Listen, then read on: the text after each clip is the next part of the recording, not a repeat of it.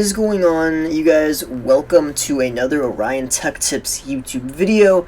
In today's video, we will be discussing the iPhone 13 Pro,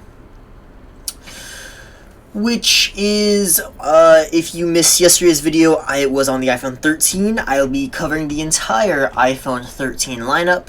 So we did the 13, now we are doing the Pro, and then I will be covering the Mini and the Max as well.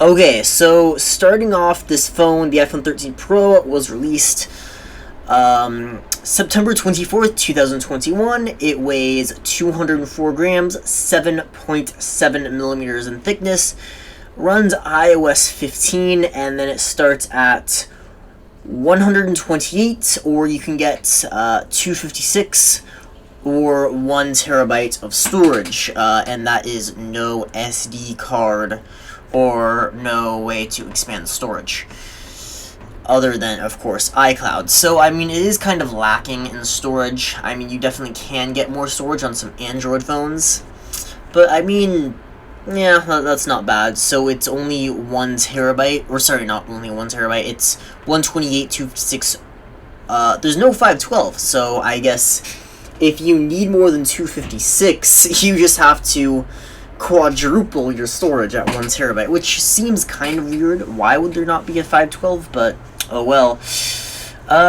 It has a 6.1 inch 1170 by 2536 display, 12 megapixel camera, cords at 4K, 6 gigabytes of RAM, A15 Bionic, and then a 3095 or 3095 milliamp hour lithium ion battery, which beats out the 13 Mini, as well as the entire iPhone 12 lineup, which is nice to see. Network, it has GSM, CDMA, HSPA, EVDO, LTE, 5G, same as the 12 lineup before.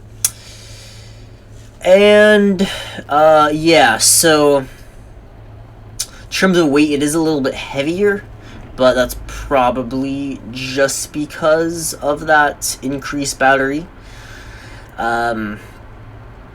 It does have a 120 hertz display. It has a 460 ppi pixels per inch, and an 86% screen-to-body ratio, which, I mean, it's kind of the same as a 10, but a 120 hertz display. That is nice. I know this is extremely late to the party, and it does kind of suck that the 13 and the 13 Mini, these are $700 and $800 phones. Like, why wouldn't they have the premium display? But I guess they want these selling features for the Pro phones, which kind of makes sense. But I mean, so yeah, the 13 starts at 100, or sorry, the 13 Pro is 1,000 US, and then the 13 is 800 US. Okay, and it does have a Super Retina XDR OLED, HDR10 Dolby Vision, 1,000 nits, which is above the 13, and then it peaks at 1,200 nits, which, wow, that is a bright phone. And then in terms of the chipset, it is running the in-house Apple A15 Bionic 5nm chipset. That is a very fast chip. Apple's never ran a chipset with a 5nm process before, so that is very nice. It is the same as the 13 and the 13 Mini. They all have the A15 Bionic. However, the 13 and the 13 Mini only have 4 gigabytes of RAM, and the 13 Pro has 6 gigabytes of RAM. Same as the 12 and 12 Pro and the 11 series before that. But yeah, and all models, all storage models, all have 6 gigabytes of RAM, so no matter which one you go with, and it is NVMe SSD storage, so super fast storage. Yeah, so it's just 4K at 60 or 1080p at 240. And I believe that is the same with the rear-facing cameras. So the main camera they're all 12 megapixels, f1.5, f2.8, and f1.8 at 26 millimeters, 77 millimeters, and 13 millimeters. It has a wide, telephoto, and ultra wide at 120 degrees. And then it also has a 3x optical zoom. So the selfie camera, it has dual 12 megapixel cameras, f2.2, 23mm wide lenses, supports 4K at 60 and then 1080p at 120. So I guess the rear camera is slightly better because it can do the 1080 at 240, but then they both can do 4K at 60. So I mean, phones nowadays are doing 8K video recording. So I mean, when is Apple going to jump on that train? I'm not sure. But this phone certainly can't.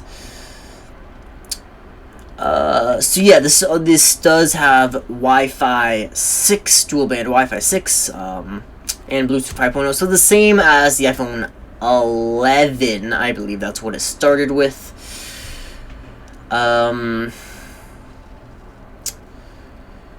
Yeah, so this phone, I believe it charges, it maxes out at 23 watts. It can get 50% in 30 minutes advertised. I'm not actually sure if that is true, but that is what they advertise. And then MagSafe wireless charging is 15 watts.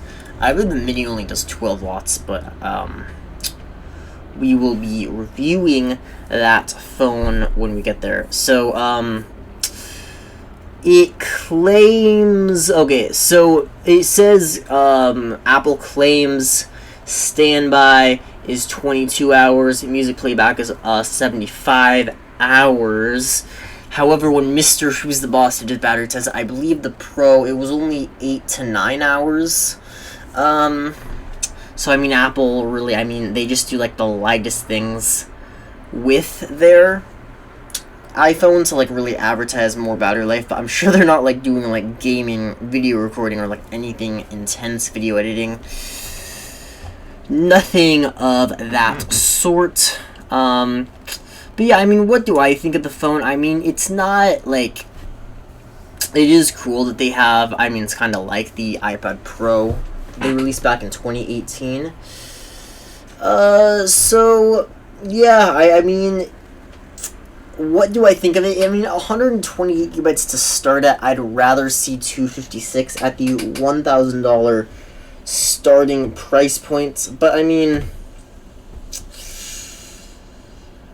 the Pro phone, I've seen a lot of reviewers saying, well, the Pro phones, they're for the pros who really just want to, who are like professional photographers, professional videographers, professional video editors, photo editors, people who need super high-end phones. And I mean, that, I would have to disagree with that, and the reason for that is simply because, I mean, a lot of people, I mean, even like kids in elementary school have like these iPhone Pro phones who don't know how to use half the features. They don't really, they're not into tech, but they just think the Apple logo is cool, and then they just want the most expensive phone that money can buy.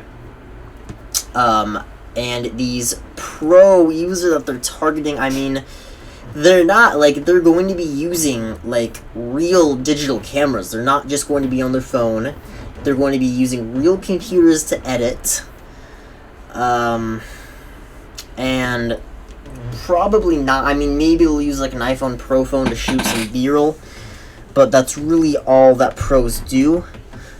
So, yeah, I mean, that's my opinion on that regard.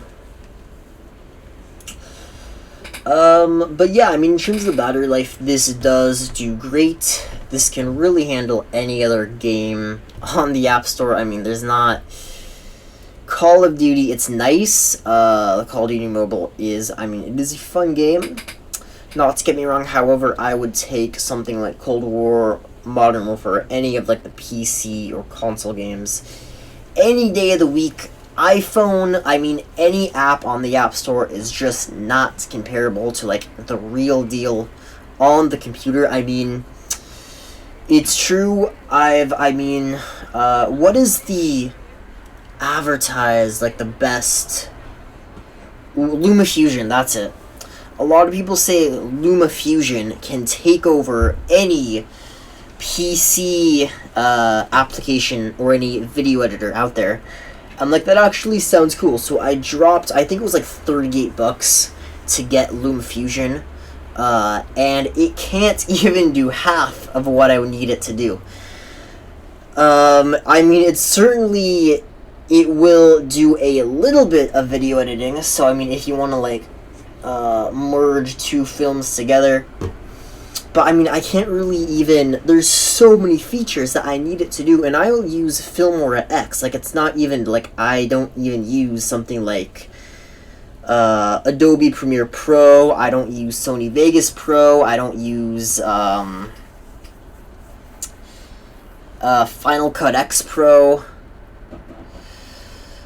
I don't use any of those pro softwares. I just use Filmora X, which is a pretty casual, like, it is a casual video editor, but it's miles ahead of any, like, LumaFusion certainly is the best video editor. But yeah, I mean, I don't want to, like, make this like the problem with App Store apps. Yes, this will run anything on the App Store, however, really everything on the App Store isn't very demanding, so just keep that in mind.